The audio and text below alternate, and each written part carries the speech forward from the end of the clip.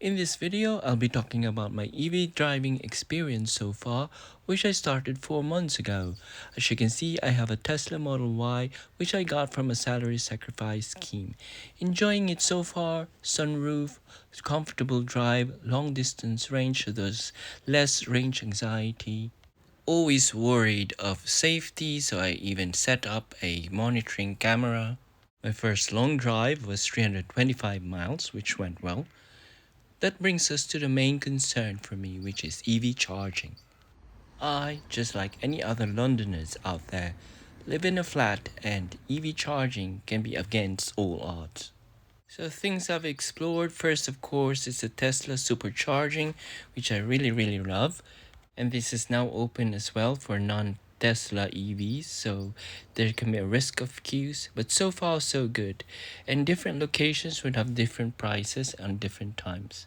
I really appreciate it when I'm going for a long drive or coming back to London and I'm working the next day. I'm just refraining from using it because I've read that rapid charging is bad for the battery life. Lucky I'm even near one here in London. So for the duration of charging, convenience, and of course the pricing, Tesla supercharging is the best deal. You can fully charge your car in no time. You won't even have time to finish your meal, and it's very cheap compared to the other rapid chargers out there. My next option is the public or street charging, which is my main means of charging so far. Now let me talk you through the apps that I've been using so far, because mainly it's a convenient way of paying. The most popular app that's suggested out there when I was researching was the Zap Map, which I haven't really used so far other than checking different charge points from different networks out there. And for payment wise, I haven't used it, so maybe you can explore that yourself. But BP Pulse is the main one that I use. It's a payment app also. One main thing is it's near me, and also it's the cheapest in the neighborhood. It's just 44 pence per kilowatt hour.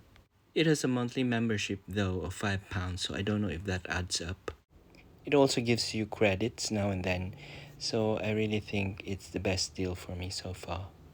Without monthly fees, I also make use of these lamppost charging points using apps like the Electroverse app, charge you 53 pence per kilowatt hour with an off peak of 45 pence per kilowatt hour, although same locations using the Shell app cost you 51 pence per kilowatt hour without an off peak time.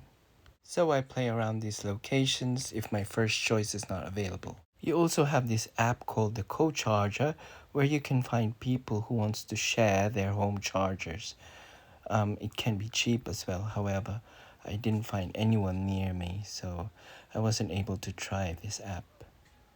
I even tried to contact some people on that app but didn't respond.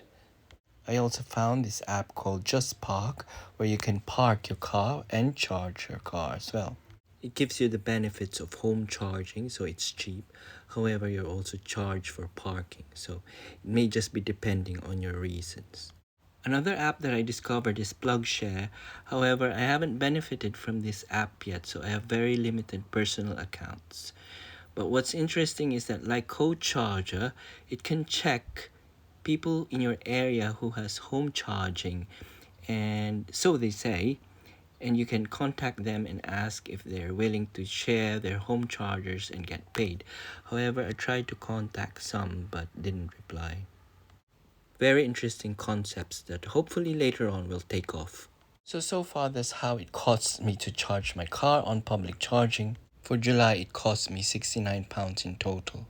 Luckily I'm paid part of my mileage for work, but I don't know if it adds up to be the same driving on a regular car. As I mentioned, I live in a flat, so home charging is not possible for me at the moment. Also, unfortunately, I live in the first floor, therefore charging in a regular outlet using a granny charger is a challenging thing to do. So, desperate as it may sound, one of the things that I'm trying to explore is to charge my car using a power station.